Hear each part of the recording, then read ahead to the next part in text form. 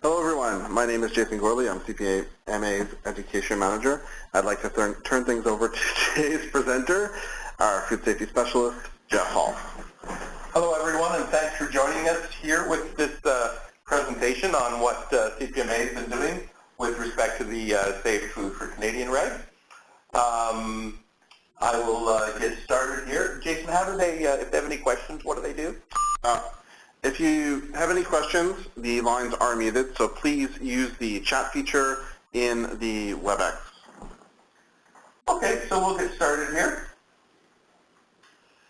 So the current situation with respect to the produce industry, and you folks know this, and probably more than I do, that's for sure, it is that more and more we're seeing that produce is being implicated in large recalls. We've had the 2 romaine lettuce ones in the last few months.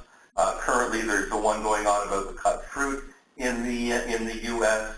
So it's certainly an area that the industry is aware of, and that is getting more and more attention, both from the traditional media, from some of the new electronic media, as well as from consumer groups. Some of the challenges we have with respect to the supply chain, as we all know, it's a global supply chain, and that continues to expand as the population of Canada increases and continues to diversify. Folks want those products that remind them of home, so more and more importers would bring that product into the country, which poses potential food safety risks that we are aware of. There's many small producers in the industry, and quite often product is consolidated as it moves through the supply chain, and as a result, potentially contaminated product from a small producer could certainly cause problems as things continue. That's certainly not to say that the small producers are the problem. Certainly issues can happen with large producers as well, but certainly the more inputs you have, the more likely you are to introduce contaminants and pathogens to the products. The commodities we handle generally have no kill step, so it's very difficult to destroy pathogens once they are on the product, and especially if you're in a situation where there's an opportunity for pathogens to grow or colonize equipment and continue to infect and to contaminate a production line, for example. So that's certainly one of the issues we have. As noted in the romaine lettuce issue, the short shelf life that our products that we handle have quite often leads to a situation where we have patients with an illness and patients that are related due to the type of bacteria, and more specifically the genetics of the particular bacteria, but the product is long gone from the supply system. So that is makes it much more difficult to kind of find that smoking gun, as it were. Of course, still the majority of our products are grown outdoors, exposed to the weather, exposed to pests and birds and mammals and all that sort of stuff that can happen outdoors. So it's an area that is really uncontrollable. And once again, it can be a challenge to accurately trace the products. Certainly with programs like PTI, we're making strides towards getting better at traceability, but the truth is that it can still be an issue. Once again, this is one of the problems that popped up with the recent romaine lettuce issue.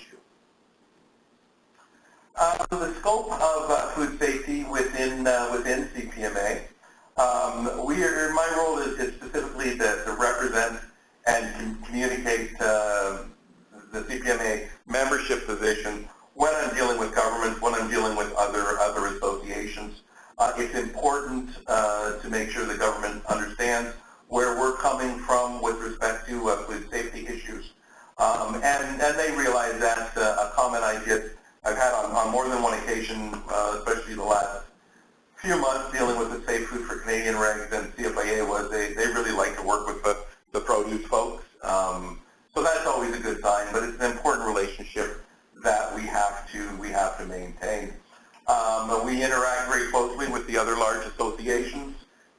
CPMA or United Fresh or Western Growers. There really is no border when it comes to produce. It flows back and forth between Canada, the U.S., and Mexico, so basically the whole continent, with very little hindrance. And what happens in Mexico can certainly have an effect up here, vice versa, particularly on the buying side and the retail side of things. We also have a role to play as a resource for CPMA members. So anytime you have a question with respect to either food safety, you can reach out to myself, or regulatory more in general, you can always reach out to Sally on that, Sally Blackman. And if we don't already kind of have the answers, we probably know who does, and we can act as that liaison between members and various resources. The sharing of best practices is also an important area that we should be looking at over the coming years.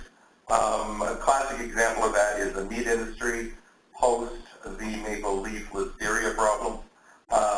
They all clearly stated that food safety was not a competitive advantage, and if someone finds a better way to deal with some of those issues, they need to be communicated, and they need to be shared with the industry. So those are the sort of things we want to look at as well. And of course, our new Canadian Food Safety Fund. We are certainly looking at getting our first project out in the next couple of months and continuing on the development of that program. With respect to international activities, I've noted already the kind of the North American groups we're part of. Actually, just next week, which was in June, we'll all be attending the Center for Produce Safety. One of the projects that actually the Canadian Food Safety Fund is supporting is the Center for Produce Safety this year. We are one of their silver sponsors, so it certainly shows to our American friends south of the border that we're committed to food safety as well, and are willing to put kind of our money where our mouth is on that. We're part of the Fresh Produce Association of the Americas, which is the FPAA, and I'm happy to be one of the vice chairs when it comes to the food safety working group on that. And we're really looking at food safety from really the North American perspective. The International Federation of Produce Standards, once again, that's a global organization that is looking at food safety really from that 50,000 foot level, making sure that there's as much common ground between various countries, various regions around the world, just once again to continue with the flow of trade, and hopefully food safety issues don't slow it down on a really global perspective. And I guess the last big association there is the International Association of Food Protection. That's a group that is probably the largest or number one food safety association on the planet. It brings in professionals from everything from government, academia, industry together. They also put together the Journal for Food Protection, which comes out monthly. So it's an excellent area to get out information really around some of the hard science when it comes to food, and they've certainly increased the amount of produce exposure that is there as well. So those are some of the international groups we're part of. Domestic food safety activities, we are very active members on the Canadian Supply Chain Food Safety Coalition, as we just call it, the coalition. The coalition really acts to advocate to government from across the food spectrum in Canada. So it's not just produce, it's the meat folks, the dairy folks, and others, to make sure that the government understands some of the challenges that industry is facing, and vice versa, that we understand some of the challenges and some of the direction the government wants to go in as well. So that's a very good, very open dialogue between industry and government. We don't always get what we want, but at least we can be confident that they've heard us. With respect to some of the domestic associations, we work very closely, of course, with CHC, the Canadian Horticultural Council, RCC, which is the Retail Council of Canada, and CanAg Plus, which is basically the Canada Gap folks. We also are looking at in improving some of our relationships and strengthening those relationships around food safety when it comes to the provincial associations. So you've got, for example, the Quebec Produce Marketing Association, the BC PMA, the Calgary PMA, and the Horticulture Nova Scotia group as well. And they were kind enough to invite us down in January to talk about the new Safe Food for Canadian regs, and that was a very interesting session as well. And of course, we'll continue to consult. Sorry, it's been a long week. To consult with both the federal, provincial, and territorial governments, and even down to the municipal level, if we needed to, when it comes to various food safety issues affecting the industry. So specific activities we've been part of up till now. Certainly with respect to the development of the Safe Food for Canadians Act, that was a little before my time here, but I know CPMA was very active in providing government with feedback on the act itself and how it would affect the industry. Whenever there's an opportunity for us to provide comments or guidance to government with respect to new acts or new legislation that comes out, SFCR, the new labeling regs, for example, as well. We're always willing to do that to make sure that the membership's needs and wants and desires and issues are reflected in those final documents as much as possible as we can when we're dealing with the government. With respect to the Safe Food for Canadian regulations, we hosted 2 deep dives with CFIA that were strictly focused on the fresh produce industry. We included the other associations in that as well, RCC and CHC, because there is so much overlap on the issues that we deal with. It's important for us to make sure that we are all speaking with a similar voice. Certainly they have some specific needs and wants as we do, but in a lot of areas there is that overlap, and we want to be heard as one voice, or at least one message. We've had an opportunity, as I've mentioned, to present to the Hort Nova Scotia, RCC, and the Calgary PMA, once again providing the fresh produce perspective on the new regulations. We've also communicated as much as possible to the membership whenever there were updates that came out from government, to make sure all of you have an opportunity to access that information, and we can sometimes package it together for you in a way that's a little easier to access than trying to wade through the CFIA website at times. So, of course, after all this is done, we have the good news on June 13th, so that was just Wednesday of this week, that the regulations were published in Canada Gazette 2. So that means they are now the law of the land. They actually come into force in January 15th, 2019. That's when the entire regulation comes into effect. But there are specific regulations throughout the kind of the overall, whereby certain things have staggered coming into force date, and we will be providing that timeline to the industry as well. With the regs just hitting a couple of days ago, we haven't had a chance yet to kind of delve into them with a fine-tooth comb to see exactly what the government did put in or take out, but we will be doing that very shortly and communicating that out to membership as well. We were in the process of developing a number of white papers having to do with the different sections of the regulations. Now that they've actually come out, we're going to basically take those and roll it into one document, which will be kind of an overall guidance document for the fresh fruit and vegetable community. And you can expect to see that in the next couple of weeks as well. Basically a one-stop shop for you where you can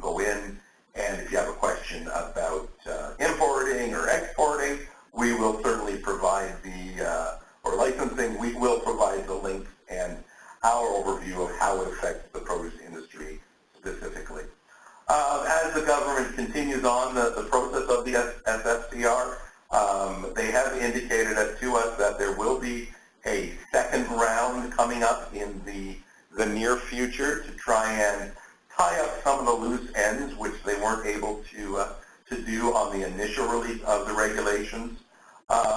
Information on that is still a little sketchy at this point, and we will communicate that out to the membership, as well as, of course, doing the usual outreach and comment writing back to the government on that new stuff when it comes out as well. We have hosted the 6 Canadian Food Safety Forums. The last one we did was down in Halifax in May, so those are all done.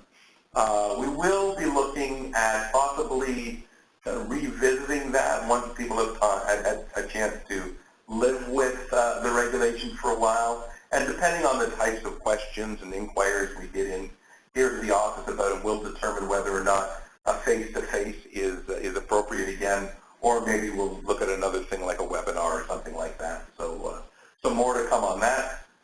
Let me just kind of circle back real quick. This is another series of events that we were able to fund through the Canadian Food Safety Fund. Participants, both CPMA members, and we also allowed for this one non-members to attend the presentations. The financing for that all came out of the Canadian Food Safety Fund.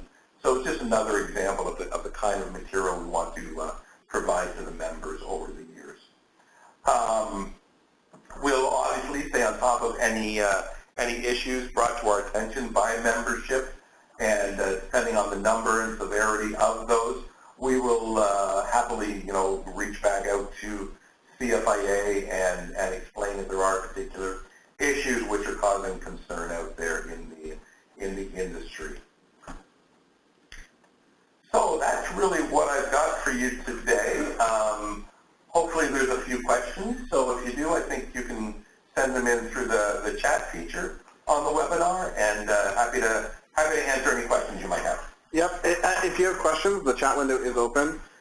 Please use it. Ask any questions that you might have. We did have a couple come in. Jeff, and you kind of alluded to this already, but what are the future plans with respect to the SFCR and CPMA education to members around it?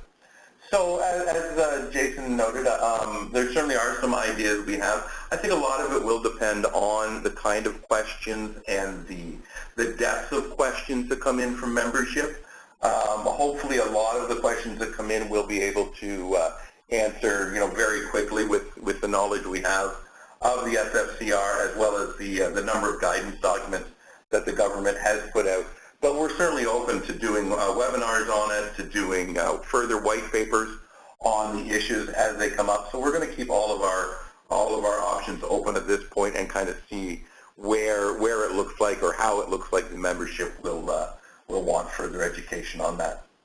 Okay. What resources with CPMA can a member access to help better understand SFCR? So all of the presentations that were done through the food safety forums are up on our website, so that's a good starting place to go to. We will also be posting this series of webinars. We're doing 4 of them. This is the second. We did CFIA on Wednesday. This one we'll also be doing a DRC one, as well as a webinar with respect to how both the Safe Food for Canadian regs, as well as FSMA out of the U.S., how those kind of interlock with the various GFSI schemes designed for the fresh produce industry. That one will be put on by one of the certifying bodies, NSF, and as I mentioned, DRC will do one of these webinars as well, and these will be available on the website in the near future, so that it's easy to access as well.